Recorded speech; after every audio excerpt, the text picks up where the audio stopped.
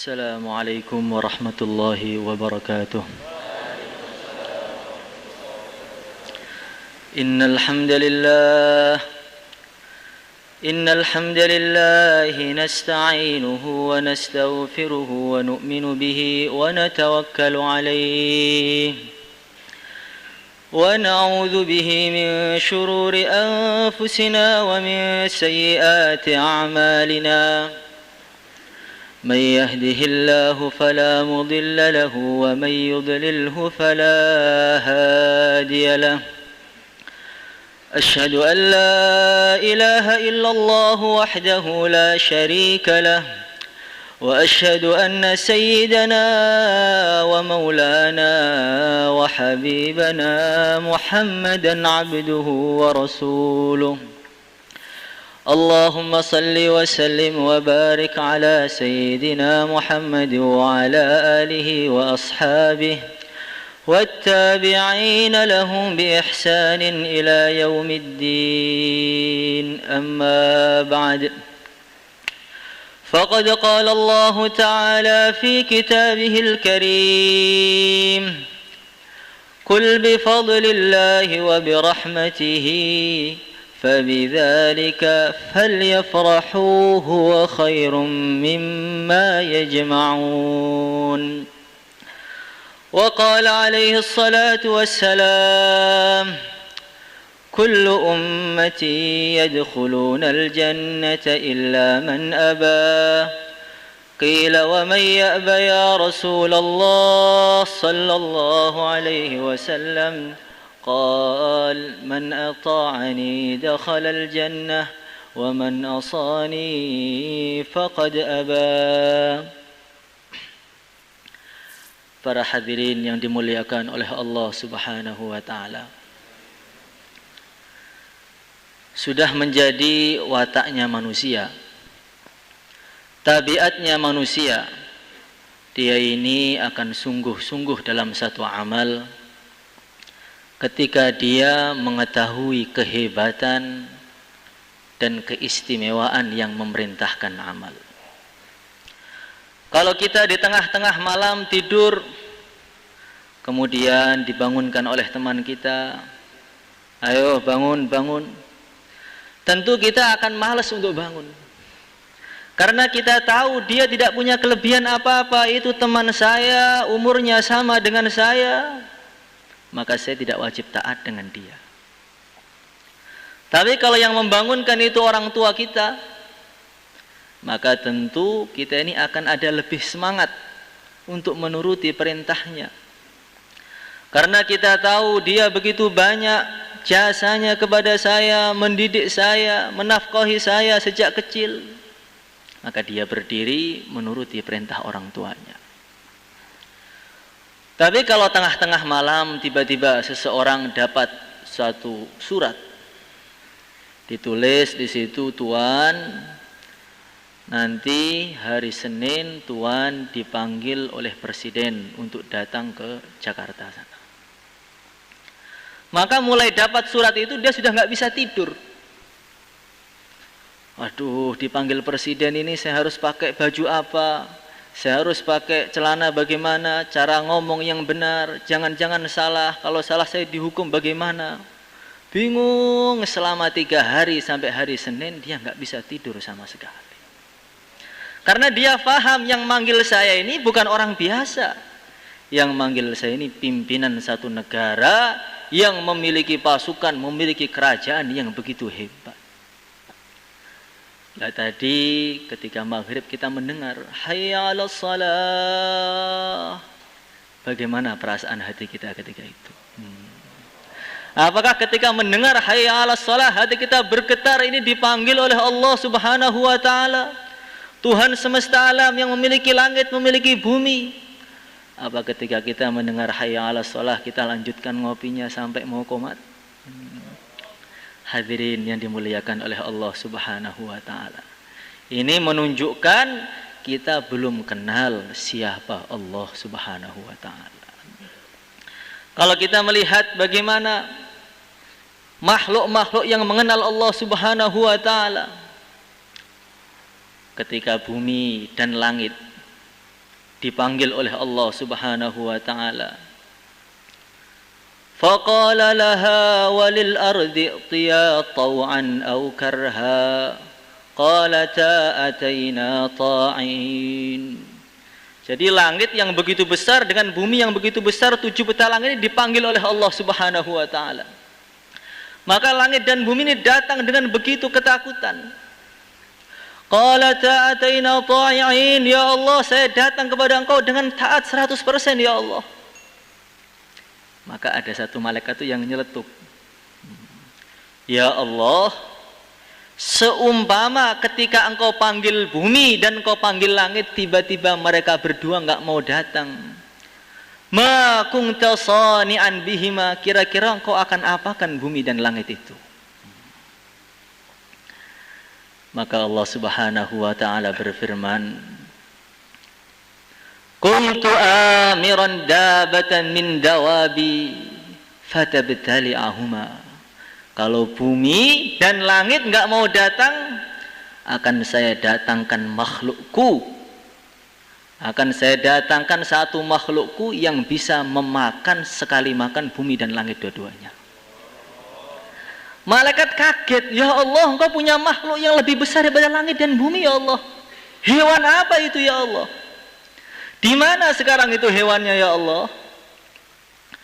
Maka Allah berfirman, fi marjim min muruji. Sekarang hewan raksasa yang akan memakan bumi dan langit jika mereka enggak datang itu, saya letakkan berada di salah satu padang rumput dari padang rumput-rumputku. Kalau satu hewan saja bisa memakan langit dan bumi, kalau 1000 hewan seberapa tempat padang rumputnya? Lah, itu satu padang rumput, kalau 1.000.000 padang rumput di mana letaknya itu? Maka malaikat-malaikat Allah Subhanahu wa taala ini tahu betul bagaimana kehebatan Allah. Maka di hari kiamat ada malaikat-malaikat yang Nabi sabdakan, ma baina syafrai ainaihi masiratu mi'ati am. Ada malaikat-malaikat yang besar-besar yang antara jarak kedua matanya ini jarak seperti 100 tahun perjalanan.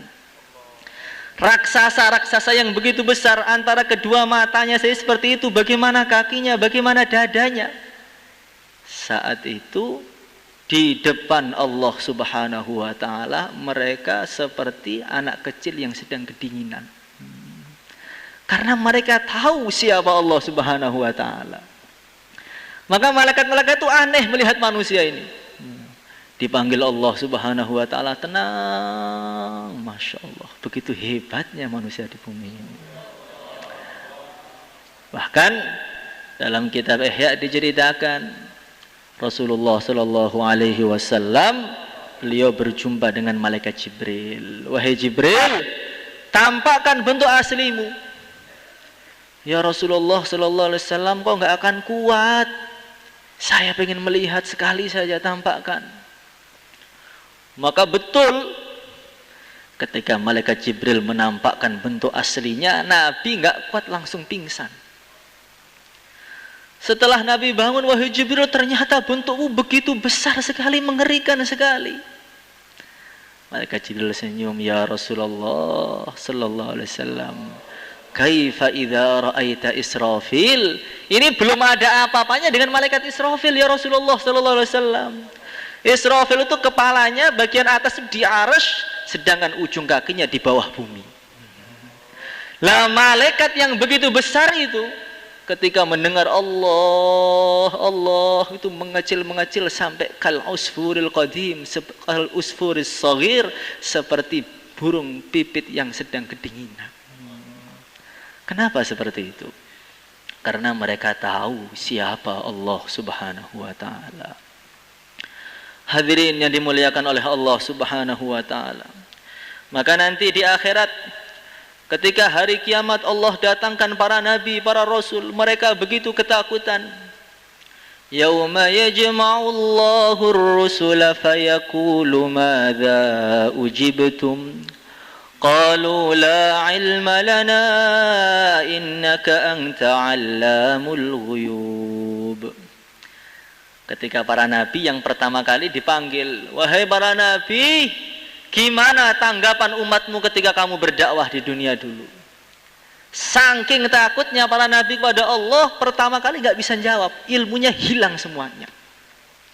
La ilma lana, ya Allah saya sudah lupa semua, nggak tahu ya Allah dulu gimana di dunia itu, gimana nggak tahu. Para nabi yang tidak pernah berdosa di akhirat ketika berjumpa dengan Allah begitu takutnya. Bagaimana yang nanti berjumpa dengan Allah dengan membawa segunung dosa? Apa yang akan mereka rasakan di situ? Hadirin yang dimuliakan oleh Allah Subhanahu wa taala. Alladzina idza dzukirallahu wajilat qulubuhum. Orang-orang yang ketika mendengar Allah hati mereka bergetar. Ini siapa ini? Orang yang mana benar-benar kenal dengan Allah Subhanahu wa taala. Kenapa kita ini ketika mendengar Allah hati kita kok biasa saja? Bahkan mendengar Allah bisa sambil tidur. Bahkan mendengar Allah bisa pura-pura nggak dengar. Jadi ada orang baca Quran disambungnya pura-pura nggak dengar sambil main HP. Gimana itu? Masya Allah. Hadirin yang dimuliakan oleh Allah Subhanahu wa taala. Maka dulu kalau orang itu betul-betul kenal kepada Allah Subhanahu wa taala, dia ini akan betul-betul hati-hati dalam amal itu, hati-hati. Seperti orang amal depan raja, kerja di depan raja yang begitu hebat, begitu dahsyat. Bagaimana? Dia takut salah. Ada satu ulama, dia ini istiqomah sholat shaf awal selama 40 tahun. Belum pernah terlambat takbiratul ihram walaupun sekalipun. Maka pas 40 tahun ada urusan. Sehingga dia sibuk ketinggalan sholat di shaf belakang. Maka tengah-tengah suatu hatinya nggak enak. Masya Allah, biasanya saya ini shaf awal depan sendiri, sekarang saya di belakang. Apa kata orang-orang kepada saya nanti? Orang-orang pasti bilang ini bapaknya ini sudah murtad kayaknya ini. Setelah dia salam, dia langsung istighfar, astaghfirullahaladzim. Ternyata sholat saya 40 tahun ini hanya mencari muka depan makhluk saja. Sudah, mulai hari ini akan saya qadha semua sholat saya selama 40 tahun. Jadi dia merasa sholat di depan dengan di belakang rasanya beda, berarti udah nggak ikhlas. Sudah, saya qadha semua. Kalau kita bagaimana? Sama juga Pak, saya depan belakang sama aja. Saking nggak kenalnya dengan Allah Subhanahu wa taala. Nggak sholat juga biasa aja. Hadirin yang dimuliakan oleh Allah Subhanahu wa taala. Orang kalau tahu keagungan Allah, kehebatan Allah Subhanahu wa taala, maka dia ini akan takut dengan satu dosa. Dalam Minhajul Abidin diceritakan ada satu ulama, dia ini duduk ngelamun. Orang itu kalau melamun biasanya otaknya kemana-mana, putar seret gitu. Ketika dia ngelamun nggak zikir, tiba-tiba terbesit ingin maksiat. Saya kok ingin melakukan ini, melakukan itu. Maka dia mengatakan astaghfirullahaladzim. Racun itu buruk, pengen makan racun juga sudah buruk. Maksiat itu buruk, pengen maksiat sudah buruk. Minum baygon itu buruk. Saya kok pengen minum baygon, buruk apa enggak? Buruk, udah gila itu. Maka dia lepas bajunya, dia datang di tengah padang pasir yang begitu panas, berguling-guling. Dia mengatakan dzuqi fa innan nara asyaddu harra. Hei tubuhku, kamu kok berani ngajak saya maksiat tuh, emang kamu sudah kuat nanti dibakar di neraka ini. Dibakar di sini guling-guling sudah kepanasan, bagaimana di neraka nanti? Apa tubuhmu sudah kuat banting-bantingan dengan malaikat Malik, sudah kuat apa belum? Masya Allah, dia caci dirinya. Jifatun billail, battalatun bin nahar. Kamu itu kalau malam sukanya tidur saja, pagi juga nggak mau ibadah, kayak bangkai aja kamu. Masya Allah, itu baru pengen maksiat langsung dihukum. Ini ulama-ulama yang betul-betul tahu bagaimana kalau hubungan dengan Allah itu rusak. Maka dulu ada kiai di Jawa, dia beli kasur baru. Kalau orang punya kasur, yang biasanya nggak di kasur, tidur di kasur kan enak. Sehingga malam tidur di kasur empuk, enak sampai pagi nggak tahajud. Maka subuh kaget, astagfirullahaladzim, ini kasur sudah merusak hubungan saya dengan Allah. Dikeluarkan, dibakar langsung. Jadi kalau ada yang merusak hubungan dengan Allah, malam kok ketiduran nggak tahajud, alasnya dibakar. Bagaimana? Kok ganas men Pak? Sekali-kali ganas ya. Hadirin yang dimuliakan oleh Allah Subhanahu wa taala. Orang yang tahu kehebatan Allah, keagungan Allah Subhanahu wa taala, maka dia ini nggak akan pernah puas dengan dirinya, dengan amalnya. Kalau orang nggak kenal kehebatan Allah kan sudah puas. Saya ini sudah pernah 4 bulan 5 kali, jalan kakinya 3 kali. Saya ini adalah karkun yang pertama kali khurut di Magetan. Itu desa itu yang buka saya. Semua kebaikannya ingat semuanya. Ini karena dia itu belum mengenal Allah Subhanahu wa taala. Kalau orang sudah mengenal Allah, dia itu nggak akan berani membanggakan amalnya. Itu Sayyidina Abdullah bin Mubarak, seorang wali, seorang ulama, jihad habis-habisan. Hari-hari apa kerjaannya? Kerjaannya itu mencaci dirinya sendiri. Dia mengatakan, taqulina mithla qaulaz zahidin wa ta'malina 'amalal munafiqin wa fil jannati tatma'in. Hayhata hayhata inna lil jannati qauman akharin wa lahum a'malun ghairu ma ta'malin. Dia menasihati dirinya sendiri. Orang itu kalau dinasihati orang lain kan hatinya biasanya dongkol. Kamu juga enggak. Tapi kalau menasihati diri sendiri kan enggak akan marah. Dia mengatakan, taqulina mithla qaulaz zahidin. Hei Ibnu Mubarak, kamu itu kalau lagi bahaya itu kayak wali-wali aja. Kalau lagi pakai serban, lagi khurut fisabilillah, lagi naskil orang itu kayak seperti wali turun dari langit saja kamu itu. Ngomongnya neraka, surga, neraka, amal, pahala, maksiat dibuang semua. Masya Allah. Tapi wa ta'malina 'amalal munafiqin. Tapi amal kamu tuh kok nggak sesuai ya dengan bicara kamu. Amalmu kok mirip dengan orang munafik itu. Kalau sholat males, tidak ingat Allah illa qalila. Itu mencaci dirinya sendiri padahal dia sudah pimpinan para wali, pimpinan orang soleh. Tapi beliau mengatakan, kamu itu kalau ngomong hebat, kalau amal Masya Allah, inna lillahi wa inna ilaihi raji'un. Wa fil jannati tatma'in. Tapi kamu itu pengennya kok pengen surga.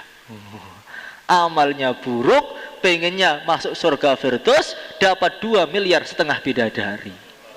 Hayhata hayhata hayhata, jauh. Kamu amalnya ke timur, pengennya ke barat, nggak nyambung. Kamu tuh nggak nyambung. Innal jannati qauman akharin. Wahai Ibnu Mubarak, ketahuilah surga itu sudah ada penghuninya, calon-calon penghuni sudah ada. Dan amal mereka tidak sama dengan amal kamu.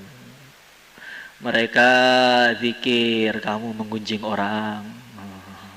Mereka sholat, kamu malah baring-baring. Kan beda. Kok pengen masuk surga yang sama itu bagaimana itu? Ini kalau orang sudah tahu kehebatan Allah, tahu kekuasaan Allah, dia nggak akan pernah puas dengan dirinya, khawatir kurang terus. Hadirin yang dimuliakan oleh Allah Subhanahu wa taala. Kalau orang merenungi keagungan Allah, merenungi kehebatan Allah, dia akan ingat akhirat. Alladzina yadhkuruna Allah qiyaman wa qu'udan wa 'ala junubihim. Orang-orang yang ketika berdiri, duduk, baring, mereka selalu ingat kepada Allah. Wa yatafakkaruna fi khalqis samawati wal ard. Mereka itu ketika melihat pemandangan, bukan melihat indahnya pemandangan itu, tapi mengingatkan mereka pada Allah. Kita sering jalan-jalan di tempat yang indah supaya apa? Supaya matanya seger. Cari tempat-tempat yang indah supaya apa? Capek Pak, butuh hiburan sekarang. Tapi kalau mereka ini tidak melihat langit, melihat bumi, mereka langsung merenung. Ini langit yang begitu besar, ada bintang-bintang, ada bulan, di bumi begitu banyak macam-macamnya isinya, orangnya, sifatnya, warnanya. Ada yang putih, ada yang hitam, ada yang muegel nih, ada yang nyeneng nih, macam-macam. Gak mungkin Rabbana ma khalaqta hadza batila, enggak mungkin Allah nyiptakan semua kita yang ada di sini enggak ada tujuan, enggak mungkin. Allah bikin ini kasar, ini lembut, ini ada langit, ada hewan, ada yang nyakot, ada yang gigit. Ini enggak mungkin Allah menciptakan main-main, itu enggak mungkin. Ini pasti Allah menciptakan alam semesta ini ada tujuannya, menguji manusia, yang lulus masuk surga, yang gagal akan dibuang ke neraka. Rabbana faqina adzabannar. Kalau begitu ya Allah, selamatkan saya ya Allah, jangan masukkan saya ke neraka. Jadi begini, kalau orang itu orang baik, dia lihat apapun itu ingat Allah Subhanahu wa taala. Tapi kalau orang buruk, ketika sholat pun ingat selain Allah Subhanahu wa taala. Jadi kita ini perlu merenung, saya ini baik apa buruk.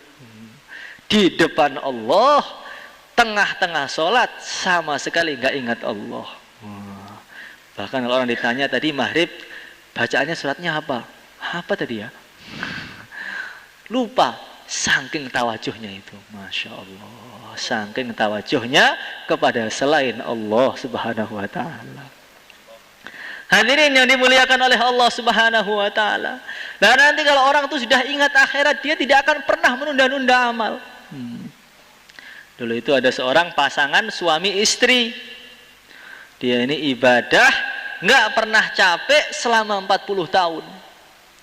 Maka ulama-ulama ini datang sowan kepada dia. Kami ini ilmunya banyak, tapi kenapa kami kok kalah ibadah dengan kamu tuh? Jopo kamu tuh apa? Jimatnya itu apa? Obatnya itu apa? Maka pasangan suami istri tadi mengatakan, Tuan, saya ini dengan istri saya adalah pengantin baru 40 tahun yang lalu. Tapi sampai sekarang kami ini apa ya? Gak tahu saya.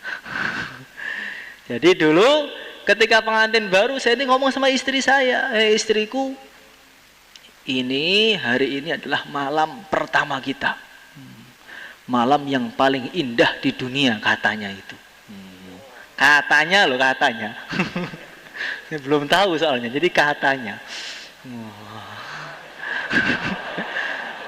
Makanya, tapi saya khawatir kalau malam ini bukan malam pertama, tapi malam ini justru malam terakhir kita di dunia. Kalau kita malam ini hanya main-main sampai pagi, nanti pagi kalau meninggal gimana? Katanya begitu. Bagaimana istriku? Kalau malam ini kita nggak aja, sholat sampai subuh saja. Saya imamnya, kamu makmumnya. Katanya kamu siap jadi makmum, ya sekarang makmum sholat sampai subuh. Gimana? Siap apa enggak? Istrinya solehah, siap sampai subuh kita sholat. Langsung sholat sampai subuh.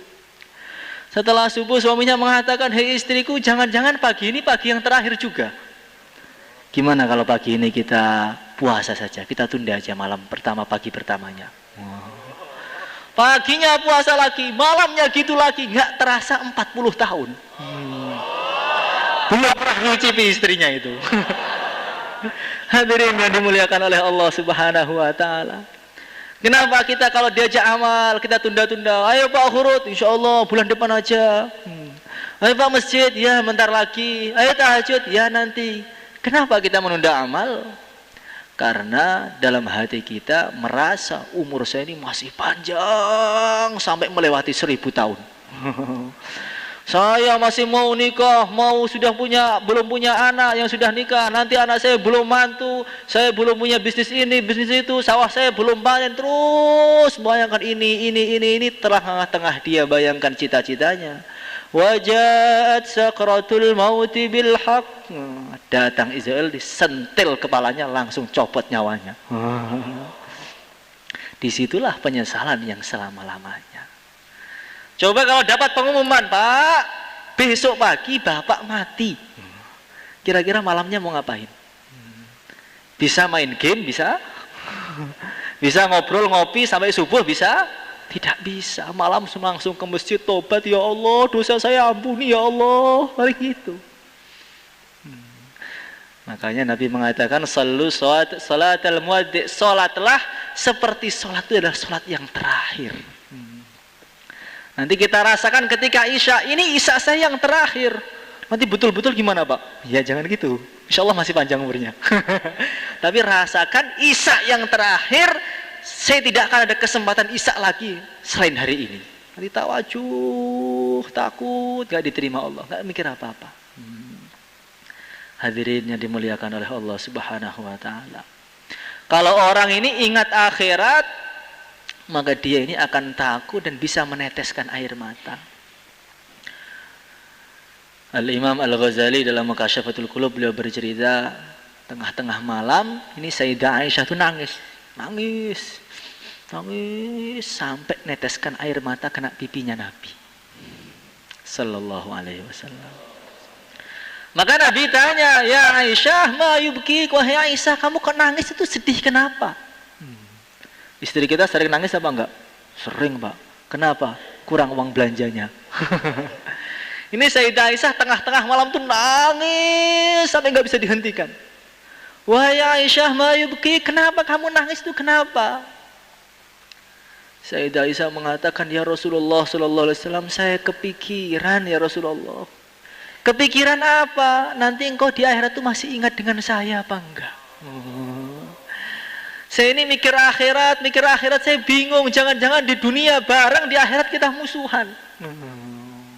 Di dunia seperti keluarga sakinah, mawaddah, warohmah, sehidup semati, di akhirat musuh bebuyutan. Kenapa? Karena tidak kerjasama dalam agama. Maka Nabi mengatakan, wahai Aisyah, demi Allah Subhanahu wa ta'ala, nanti akan ada 3 keadaan yang mana di situ orang tidak akan bisa ingat kecuali dirinya masing-masing. Apa itu ya Rasulullah sallallahu alaihi wasallam? Itulah yang pertama, tatayurus suhuf, ketika catatan amal kita diterbangkan di atas kepala kita. Jadi itu miber, terbang di atas tuh, goyang kanan, goyang kiri, goyang kanan, goyang kiri. Orang tuh bingung, ini kanan apa kiri, kanan apa kiri. Kalau kanan sukses, kiri celaka, bingung. Sampai nggak bisa kedip, kaku semuanya. Kalau sampai di kanan, فَأَمَّا مَنْ أُوتِيَ كِتَابَهُ بِيَمِينِهِ فَسَوْفَ يُحَاسَبُ حِسَابًا يَسِيرًا. Oh, tanda baik ini. Kalau sampai di kiri, na'udzubillahi min dzalik. Itu yang pertama. Yang kedua apa ya Rasulullah sallallahu alaihi wasallam? Yang kedua, ketika mizan timbangan amal sudah ditegakkan, orang akan dipanggil satu persatu, diletakkan amal baiknya, amal buruknya. Maka orang ini bingung melihat goyangannya itu, kanan kiri, kanan, jeglek, bagus, alhamdulillah. Ini yang amal baiknya dan buruknya mirip-mirip. Kadang ke masjid, kadang enggak, masjid, kadang enggak, kadang bangun, kadang tidur. Itu nanti goyang terus tuh. Ada subhanallah sekali, menang baiknya. Gunjing orang, menang buruknya. Nauzubillahi min dzalik. Tapi kalau yang enggak pernah ke masjid, langsung jeglek, enggak usah nunggu itu. Hadirin yang dimuliakan oleh Allah Subhanahu wa taala. Nah, disitulah nanti akan ada pengumuman satu persatu, dipanggil oleh malaikat. Sa'idah fulan falam yasqa abada. Fulan bin fulan telah sukses, dia tidak akan bisa celaka selama-lamanya.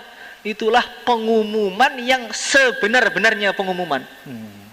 Kalau kita ujian, lulus, senang. Tapi apakah lulus di akhirat? Belum tahu. Tapi kalau ini pengumuman terakhir, kalau sudah lulus berarti selama-lamanya lulus. Kalau gagal, naudzubillah, selama-lamanya gagal. Yang ketiga apa ya Rasulullah sallallahu alaihi wasallam? Yang ketiga yaitu sirat. Masya Allah. Nanti itu akan ada pengumuman besar. Setelah para nabi melewati sirat, ada pengumuman. Para malaikat, para jin, para manusia, semua tundukkan pandangan. akan ada wanita termulia yang melewati sirat, yaitu Sayyidah Fatimah radhiyallahu taala anha. Orang yang paling berhijab ketika di dunia, nanti di akhirat malaikat pun nggak boleh lihat. Kalau yang di dunia dipajang di mana-mana itu bagaimana itu? Hadirin yang dimuliakan oleh Allah Subhanahu wa taala. Disitulah ketika di sirat itu paling menghentikan, karena itulah ujian terakhir. Orang-orang munafik sepertinya berhasil. Allah pengen mempermalukan orang munafikin. Ayo jalan. Jalannya lancar. Pas satu langkah sebelum surga kepleset ke neraka. Karena mereka zahirnya iman, zahirnya soleh, hatinya busuk. Maka tampaknya lewat, tampaknya lolos. Sebelum masuk surga dikit lagi sudah nyenggol, jatuh ke neraka. Na'udzubillahi min dzalik. Hadirin yang dimuliakan oleh Allah Subhanahu wa taala. Inilah kalau orang itu ingat akhirat, timbullah tetesan air mata yang karena Allah. Apakah kita pernah menangis? Sering kita menangis. Menangis apa? Ada musibah kematian, ada musibah bisnisnya bangkrut, ada sakit karena disakiti orang.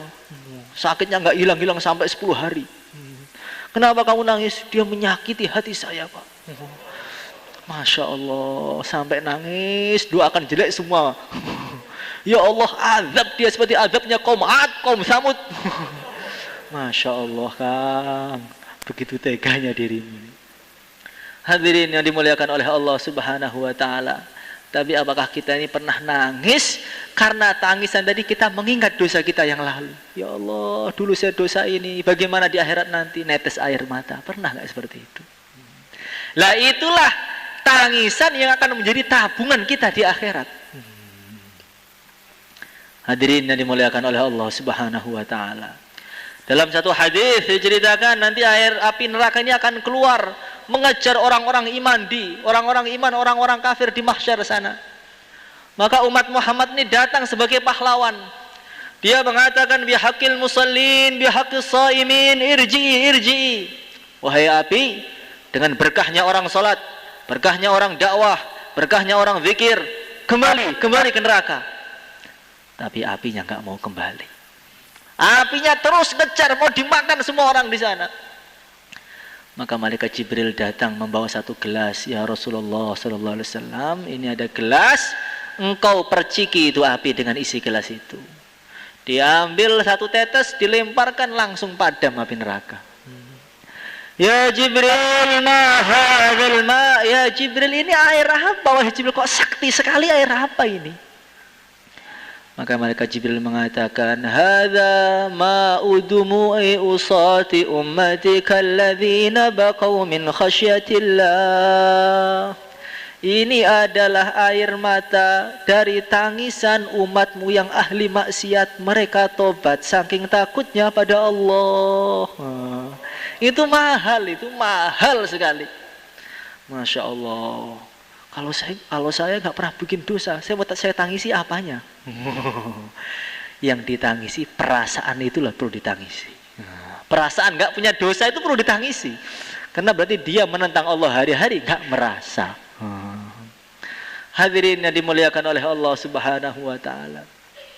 Orang kalau mengingat keagungan Allah, kehebatan Allah, mengingat nikmat-nikmat Allah, dia ini akan ikhlas di dalam amal. Al-Imam Al-Ghazali beliau mengatakan, coba kamu renungi ayat ini. Allahul ladzi khalaqa sab'a samawati wa minal ardi mithlahun yatanazzalu al-amru bainahunna lita'lamu anna Allah ala kulli syai'in qadir wa anna Allah qad ahata bi kulli syai'in ilma. Kamu renungi ayat ini, kata Imam Ghazali. Allah berfirman, wahai hambaku, saya ciptakan 7 petala langit yang begitu besar, begitu dahsyat, berapa banyak isinya itu. Saya ciptakan 7 lapis bumi yang begitu besar yang kamu lihat ini semua. Semua alam semesta yang begitu besar ini saya ciptakan untuk siapa? Saya ciptakan hanya dan hanya untuk kalian lita'lamu annallaha ala kulli syai'in qadir, supaya kalian tuh ingat kepada saya, mengenal siapa saya ini, wahai hambaku. Tapi kenapa sekarang amalmu bukan hanya untuk saya? Alam semesta saya ciptakan untuk kalian, untuk kamu saja. Tapi kenapa amal kalian bukan hanya untuk saya? Kalian kirim zikirnya untuk Allah dan untuk tetangga dan untuk orang-orang yang melihat kita. Kita kirim dakwah kita untuk siapa? Karena Allah dan karena dorongan istri. Kenapa kok kalian amal bukan hanya untuk saya? Bahkan kalian lebih gembira ketika mendapatkan pujian makhluk dibanding pahala dari saya. Ayo gimana? Bayarnya dapat berapa tadi? Dapat pahala, bukan itu. Uangnya berapa? Masya Allah. Berarti lebih gembira mendapatkan gaji dari makhluk melebihi pahala dari Allah Subhanahu wa ta'ala. Akhirnya kita malu kalau begitu. Masya Allah, Allah menciptakan ini untuk saya, kenapa amal saya enggak untuk Allah? Kalau amalnya banyak lumayan, sudah sedikit dibagi-bagi lagi. Masya Allah.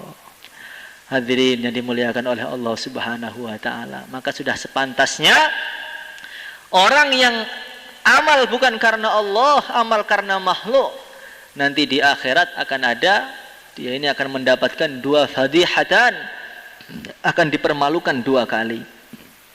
Yang pertama fadihatus sir, dia ini akan dipermalukan secara tertutup.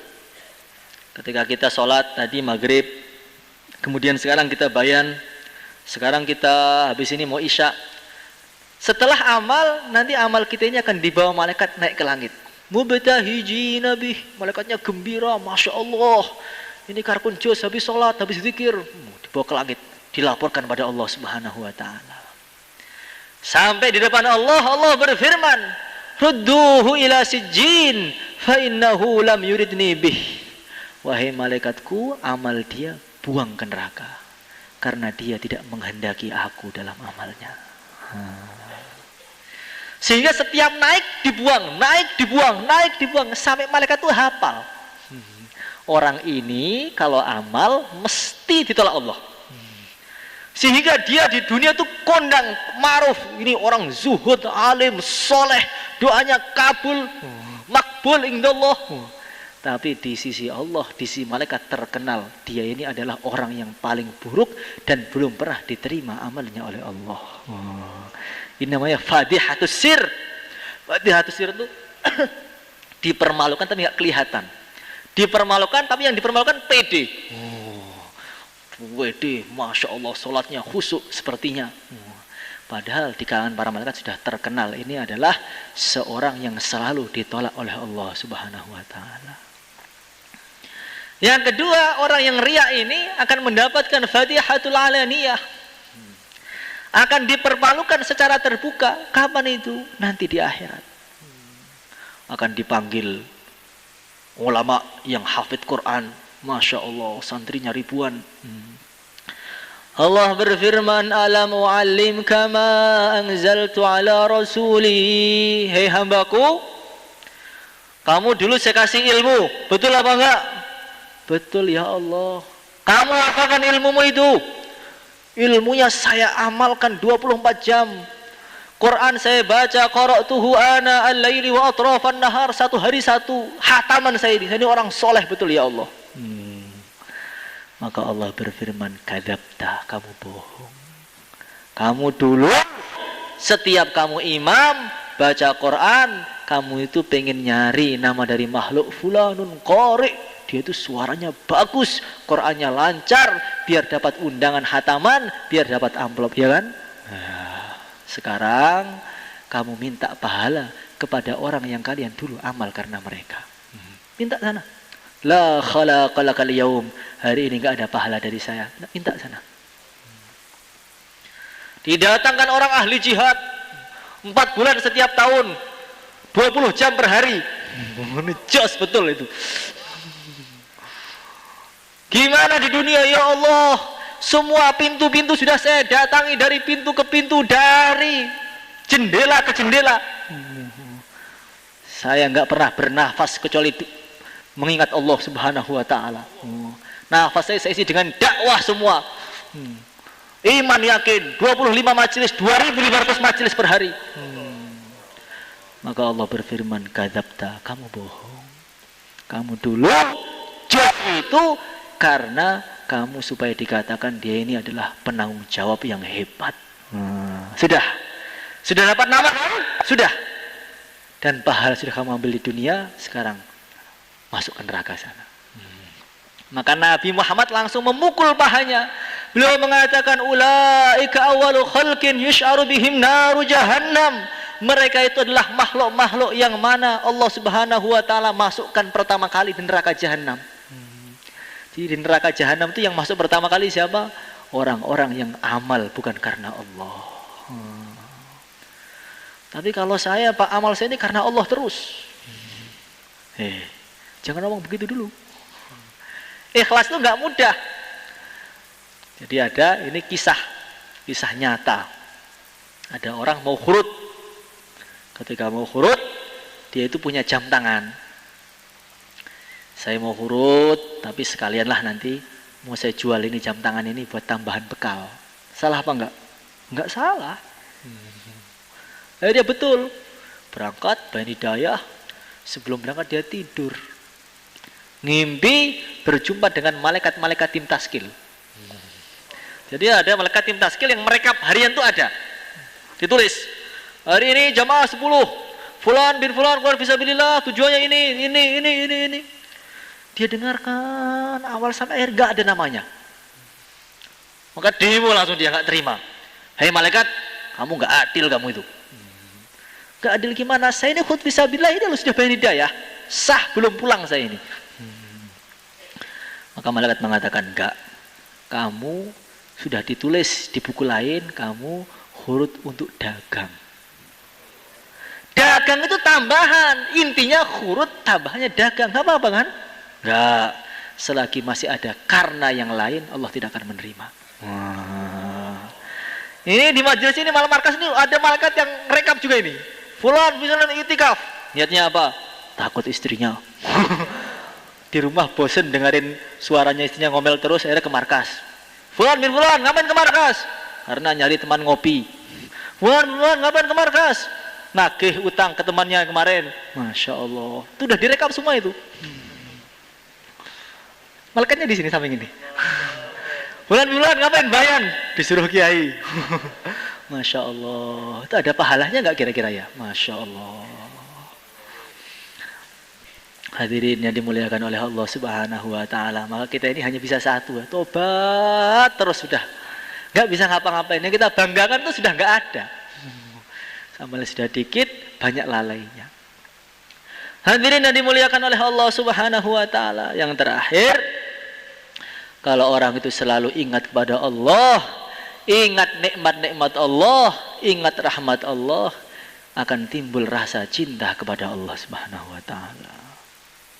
Kita renungi bagaimana anugerah Allah Subhanahu wa taala. Datang Ashhurul Hurum. Datang Dzulqa'dah, Dzulhijjah, sekarang sudah Muharram. Masya Allah, ini bulan besar.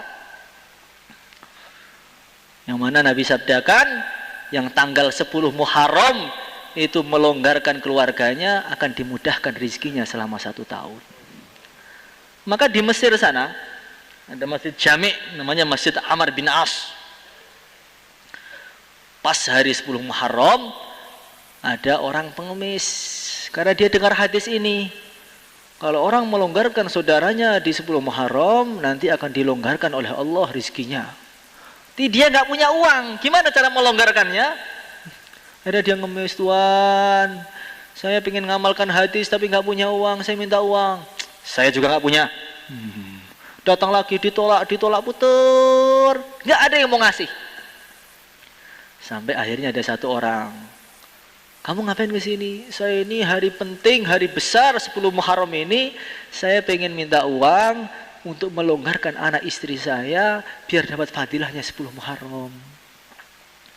Maka orang tadi mengatakan, ya, datang ke rumah saya, ayo ikut saya. Diantar ke rumah. Sampai rumah tuh kaget. Kenapa? Ternyata yang diminta itu lebih miskin daripada yang meminta. Gak ada apapun di rumahnya, kosong, blong. Dia hanya punya satu harta, yaitu baju dan sarungnya saja. Akhirnya dibuka itu bajunya, tinggal pakai sarung.